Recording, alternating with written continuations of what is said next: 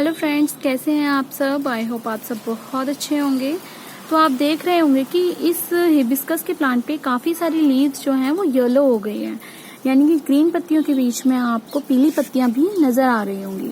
तो कई बार हमारा जो प्लांट होता है वो एकदम से बहुत सारी पीली पत्तियां हो जाती हैं, और कई बार जो हमारा प्लांट होता है उसमें एक एक करके पीली पत्तियां होती हैं। अगर हमारी पत्तियां धीरे धीरे एक एक करके येलो हो रही हैं तो इसका रीज़न है कि हमारी प्लांट की ग्रोथ बिल्कुल सही चल रही है, और जो पुरानी लीव्स हैं वो लीव्स अपने आप को येलो में टर्न करके गिरने की तैयारी में है। तो अभी आप इधर देख पा रहे होंगे मैंने काफ़ी सारी लीव्स हैं येलो कलर की, जो कि मैंने इस पेड़ से अभी अभी हटाई हैं, और कुछ अभी रह गई हैं जिन्हें हटाना बाकी है, जैसे कि आप देख सकते हैं ये वाली। तो इनके पीले होने का रीज़न क्या होता है?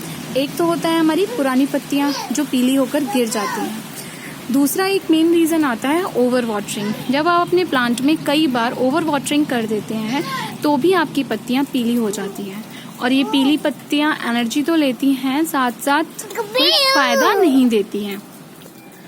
तो अक्सर मानसून के मौसम में ऐसा होता है कि आपके पेड़ में, आपके गमले में जो पौधा लगा है उसमें पानी ज़्यादा हो जाता है, यानी कि लगातार कई दिनों तक जब बारिश होती रहती है तो ओवर वाटरिंग की वजह से पत्तियां पीली हो जाती हैं, और वो हमारे पेड़ पे बहुत सारी संख्या में बढ़ जाती हैं।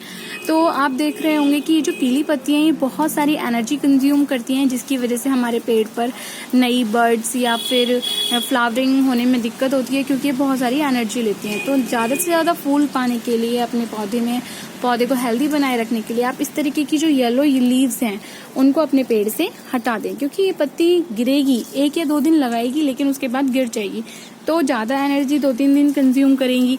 तो उससे पहले ही आप इनको हटा दें। दूसरा जो मेजर रीज़न होता है वो कई बार होता है ओवर फर्टिलाइजेशन। हम ओवर फर्टिलाइजेशन अपने प्लांट में कर देते हैं, जिसकी वजह से हमारी जो पत्तियां हैं वो जलने लग जाती हैं और वो येलो कलर की हो जाती हैं और येलो कलर की होकर गिर जाती हैं। उसी की तरीके से जो कई हम कीटनाशक डालते हैं, यानी कि प्लांट में हम देखते हैं कई बार कीड़ों का अटैक हो गया है या काफ़ी कीड़े हमारे पेड़ पर लग गए हैं, तो उसकी वजह से हम केमिकल वाले जो स्प्रे करते हैं उस केमिकल स्प्रे से भी हमारी पत्तियां येलो हो जाती हैं, यानी कि हमारा जो पेड़ है उसकी पत्तियां येलो होके झड़ जाती हैं। कई बार ओवर केमिकल स्प्रे करने की वजह से हमारा पूरा पौधा ही सूख जाता है।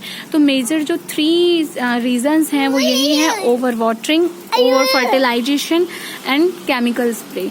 तो आप अपने पौधे में कोशिश करिए कि पानी ज़्यादा ना खड़ा रहे, कि आप जो फर्टिलाइज़र दे रहे हैं अपने प्लांट्स को वो भी ओवर ना हो, यानी कि न्यूट्रिशन मिले लेकिन प्रॉपर तरीके से। और जो आपके प्लांट पे आप स्प्रे वगैरह कर रहे हैं, जो भी केमिकल स्प्रे कर रहे हैं आप अपने पौधे को बचाने के लिए कीटों से, तो आप स्प्रे सपोज करिए आपने आज किया है तो उसके 10 से 12 घंटे बाद, या फिर आज रात को कर रहे हैं तो सुबह कर रहे हैं तो शाम को आप उस स्प्रे को अच्छे से धो दीजिए, यानी कि जो सिंपल वाटर होता है उससे अपने प्लांट को अच्छे से क्लीन कर दीजिए ताकि वो स्प्रे उसके ऊपर ना रह जाए। अगर आप ये सारे टिप्स फॉलो करते हैं तो आपकी जो पेड़ पर पत्तियां हैं वो येलो नहीं होंगी और आपका पेड़ फूलों से भर जाएगा या अच्छी तरीके से उस पर ग्रोथ होगी।